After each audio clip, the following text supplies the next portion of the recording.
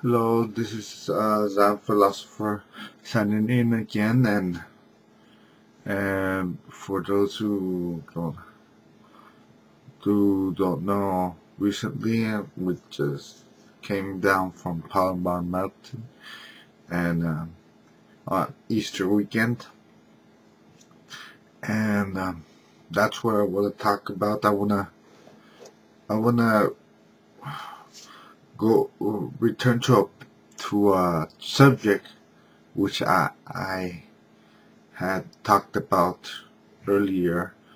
Uh, um, which I clearly stated that uh, the importance of the resurrection of Jesus Christ. I had said that number one, Jesus claimed to be God. Number two, Jesus proved to be God through his resurrection. And three, Jesus um, um, made it made plausible, made it believable that that there is in fact resurrection from the dead, just like Christianity asserts. So those are two points that I made in my earlier point. And now I want to um, make a more more painstaking or undergo on more meditating claim, which is not only the resurrection um, now not only does the resurrection prove that Jesus was God, but I'm going to assert that the resurrection actually proves that there is a God, and this is, and I'm gonna first reference, the Bible for um, for a reference, just as a reference. Um, then I'm gonna reference uh, another other other support for the resurrection. Uh, um, here, I'm gonna refer to Colossians chapter 1, verse um of first. We're gonna go to verse 13, 12. Giving thanks unto the Father, which hath made us to be partakers of the inheritance of the saints in light, who hath delivered us from the power of darkness, and hath translated us to the kingdom of his dear Son, in whom we have redemption through his blood, even the forgiveness of sin, who is the image of the invisible God, the firstborn of every creature. Now, this is a key verse because, um,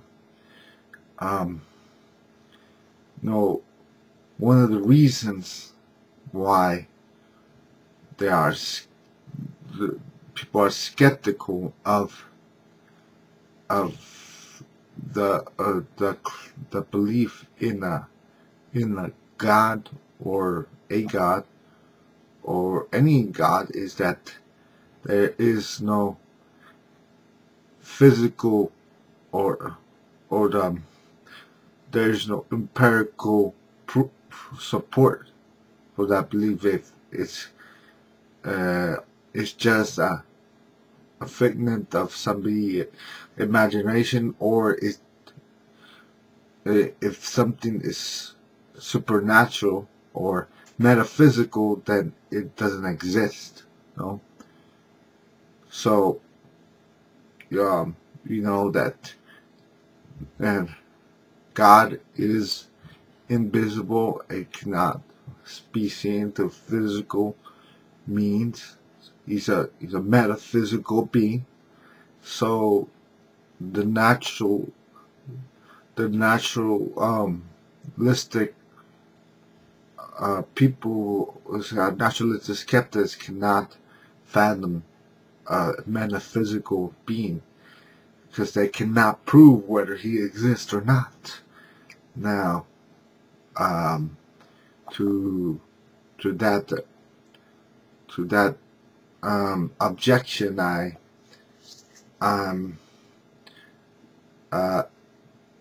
I say this: well, if you can't accept Jesus, or you can't accept God, because there is a God but it's because you need physical evidence, a physical, tangible, no presence of where you can put him in a box, metaphorically speaking. Then I would claim Jesus is your answer. You know, Jesus is the answer. Jesus is the testing tube which you are looking for. The reason I say this because here on Colossians said that says that Jesus is the image of the invisible God, which means that which can be seen, the part of us is Jesus Christ. You mean here's the belief for particularly me. I'm a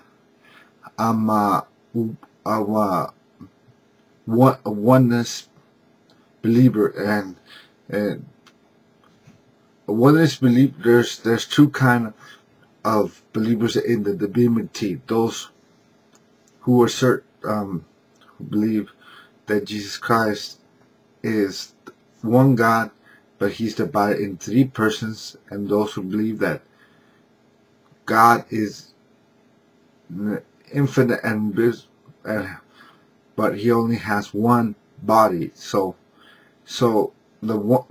we oneness believe that the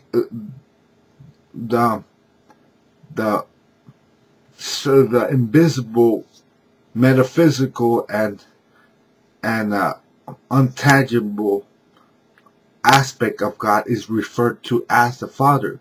No, that's how we understand it. And no, the physical aspect of God is referred to as the Son. No, to that which is tangible.